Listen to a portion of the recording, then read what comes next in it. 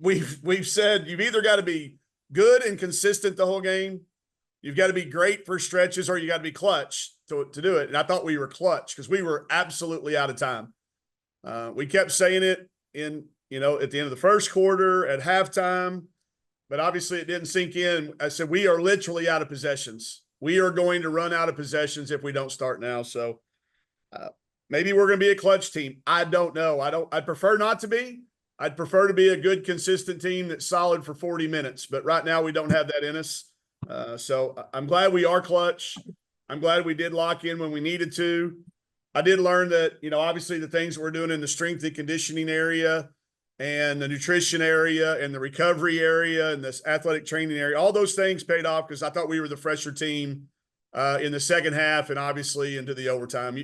You don't simply just start holding teams to 0%, for 5 minutes and 14% for a quarter. There's other factors involved. So I give a lot of those people credit. I think as the season goes along, we'll play better for longer stretches, but I did learn that about our team and that they do not give up. There was a lot of things said in our timeouts by our players, not our coaches, that we haven't had said by players in a long time.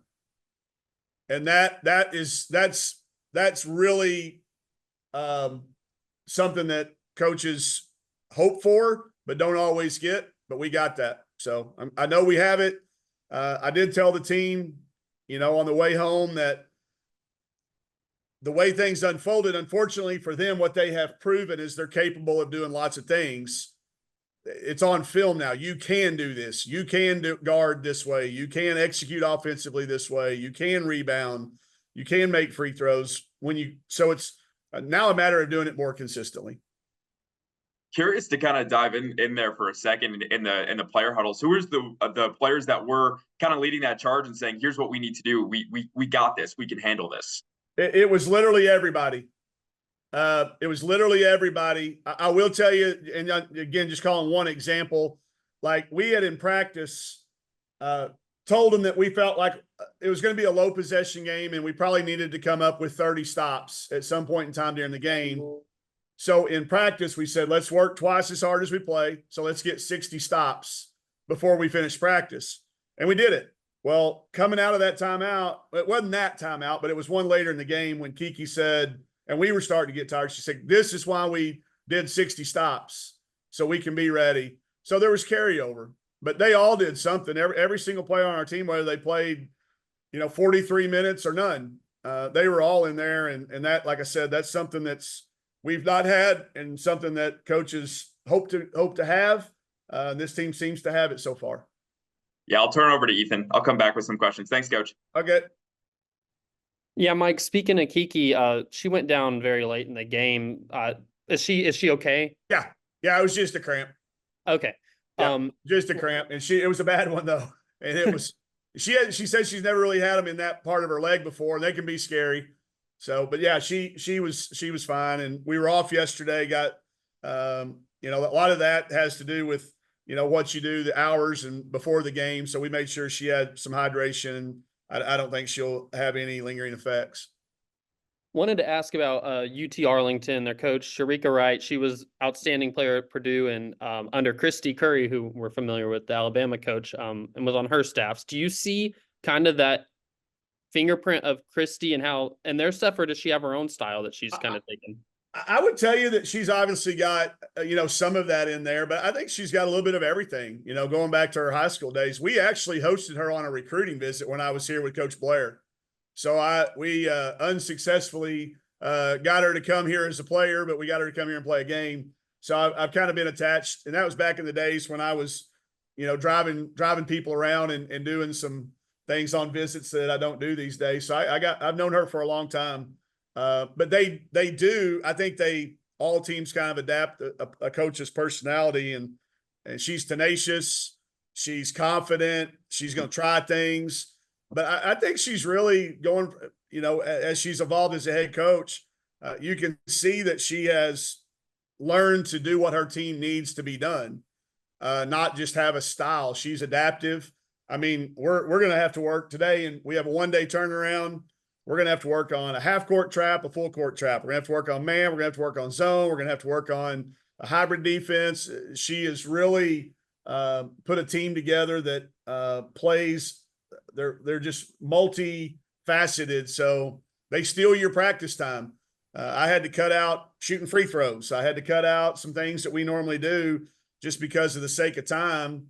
And we're going to have to be really efficient with our time today to prepare for them. And we'll use a full shoot around tomorrow, which we don't usually do, because they force you to have a plan for lots of things, which cuts into your ability to be good at a lot of those things. So it's a challenge. But yeah, Sharika, from playing days to assistant coaches days, you can plot her course and tell that not only Christy, but even back to her high school coaches and other coaches she's worked for. And then they've got a player, whenever you look at the roster, you're like, wait, with Coy Love, that she was at Vanderbilt. I think she was a freshman the same time as Michaela Daniels. Yep. What have you seen from her and kind of her career? I mean, she was 2-time freshman of the week at Vandy. Oh yeah, no. And listen, you start adding these things up, and the COVID and the transfer, all those things put together, and you've got some kids that have played for a long, long time. So she's a veteran. She's got a lot of savvy. That's why she's getting to the foul line the number of times that she is against the people that she is. And she played at USC as well, and so she's been around. I mean, this is a kid who will not be in awe of Bud Walton Arena at all. She's been in here before. She's been in places like that. And then, they've got players from Stephen F. Austin that played at a real high level too. We played against Brittingham in the NIT, I think, one year. So a lot of familiarity. That's what's kind of cool about college basketball in 2025 is making the connections. I used to watch Aspen Thornton play a lot in high school. So to see them all on the same team, that is one of the cool things about what our sports evolved into. Thanks, Mike. Yep. Dudley. Hey, Coach. Talk to me a little bit about the philosophy of putting a schedule together. I know you've had the opportunity to have UConn come here, UCLA come here. You're going back to see them Sunday. Yeah. Just overall, what do you look for when you're putting a schedule together? And I know you didn't know you were going to have this young a team, but talk about, just the overall philosophy. Yeah, it starts out and it goes back to my high school days. Like, nobody cares how many games you win unless you win your last one. I think that's a quote in Moneyline. I get confused with Brad Pitt a lot, I know, but just the philosophy of getting prepared for what's the best team you're going to play. And sometimes you can't, obviously we can't play 31 games against, people that have a chance to win the national championship, but you've got to build into that. So I always want us to be able to play against the best teams on our schedule when we play them. So to do that, you've got to challenge your team, no matter how old they are, young or experienced. So we want to put that together first. That's the first thought. And then the second is that you give yourselves enough opportunity to be talked about when it comes Selection Sunday, or Monday now, whichever one we were doing it on these days. You've got to be on the board. And to do that, there's certain criteria you have to meet. So you seek out opponents that are going to do both of those things, help you get your team ready. And also, if you're successful in getting your team ready, then you're attractive to the NCAA tournament committee and the postseason teams, because we all want to play in the postseason. So I want us to do that. I don't care what our record is. The year we went to the Final Four, we had 11 losses. I wanted us to be ready. It's hard and getting harder to lose any game, or heck, it's hard to win games now. You can win and everybody wants you to win by more or in a different way. So I've had to try to find a balance between keeping our kids confident and helping them build confidence. I don't want them to have false confidence. I don't want to play a bunch of teams that won't be a postseason team. So it's hard. We tell our kids it's going to be that in recruiting. I do think it's why some kids come here, is because they know our non-conference schedule. They're going to play not only the SEC, but then they're going to get 5 or 6 other games that are marquee, and then another 6 or 7 games that a non-casual basketball fan doesn't realize how good they are or how hard it is. Like, most people don't realize how hard it is to play at Little Rock. for us. It might not be hard for somebody else, but for Arkansas to go down there, you know, with the bus had a big wrap on it. We had people honking at us. Why are y'all in Little Rock? Oh, you're playing Little Rock. So I just think there's always things that our team knows that not everybody else knows. So I appreciate the question for sure. And I hope that answers it. But I want our team to be ready to play against the best teams we play and have true confidence, not false confidence. You're on mute, buddy. You said you always try to play a tournament, it appears, you know, there before Yeah. the second semester. And you also have a situation where you try to get them on the road for a big game too, it looks like. Correct. Yeah, because we don't get to play them all in Bud Walton. We know what that'd be awesome if we could. The tournaments, Dudley, offer us some opponents that we wouldn't be able to get otherwise in a home and home, or it might be an area that we don't recruit in, but we'd like to play them. So, and then we always want one of those to kind of be someplace fun, like this, both the places we're going this year. And you'll notice, like on our years when we're traveling abroad for our overseas trip, we probably won't go to a tournament like that. So, you know, scheduling is it's an ongoing process, just like recruiting. Coach Todd heads up the day-to-day execution of building our schedule, and he gets 1 day a year off from scheduling. Zimmerman up there in the top right can get me an amen on scheduling. The day off you get is the day you finish the next year's, and then that next day you're off to the next one. Yeah. And yeah, you do have to have, I think our plan is good. It's been able to keep us in the conversation and on those boards for postseason tournaments, as well as prepare us. And again, I like to work through as many problems as we can early as well. I'd rather have, if we're going to have issues with things, I'd rather those be exposed in time to fix them rather than, you know, at the last minute when you don't have that time. So Appreciate it, man. you bet. Z. Coach, the defense was pretty good in the fourth quarter. It had to be. You had to get stops, and then they missed some free throws that helped. But I thought your defense was played with a sense of urgency and in overtime as well. Little Rock had a hard time getting any good looks. You had to be pretty happy with that. Yes, for sure. And there were some great individual performances too. Y'all don't get all the stats we do, but you know, Jada Bates's defense on Faith Lee was outstanding. Blocked her shot. That was kind of the turning point, but just making her work incredibly hard to get a good shot. The team playing around it, our rebounding got a little bit more focused. You know, Coach Todd had them prepared from the tip, but that sense of urgency didn't kick in until it was, you know, really, really important that it happened. Carly Johnson gave us some good defensive minutes, being in the right spot at the right time.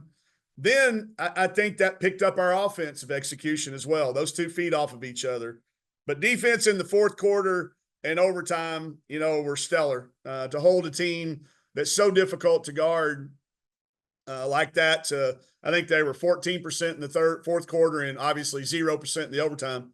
But I thought a lot of that had to do with what we did early in the game. We made them work, and I do think conditioning had a lot to do with it, and forcing them to play with expend a lot of energy early in the game to do what they were doing. And you're right, the missed free throws were key. But that was something that you know, we were able to get a couple of those rebounds. They got a couple offensive rebounds, which we're going to have to clean up as the season goes. But you know, for that night, I've never been a part of a game like that, Zim. Maybe you've had a turnaround where it looked like, you know, we were literally we were out of time. Yeah. And it just turned and then turned. But you know, momentum is a crazy thing working for you or against you. Yeah. And it was certainly timely, clutch. Absolutely. Yeah. And that type of game, Coach, it's jubilation when you win. You're on the road, but it's also kind of a sense of exhale and just a little bit of relief, isn't it?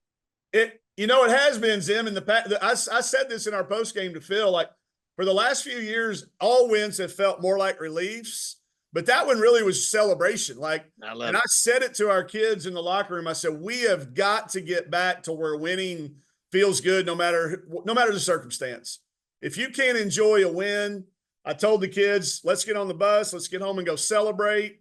Little did I know, Bowen was in the back of the room and he heard me because we rode the bus home. He took a little nap. We got him in the truck, got him in the car seat, got him home. And JC said to him, let's go inside and get you in pajamas and go to bed. And he goes, oh, I thought we were going to party. So He gets that from his dad. well, yeah, that's fine. That's if that's one thing he carries from me, I hope it is good that you enjoy, you celebrate victories. It was hard fought, and I also learned he's listening in the back of the room a lot more than I realized. So that was a good reminder for us all. Anybody got anything else?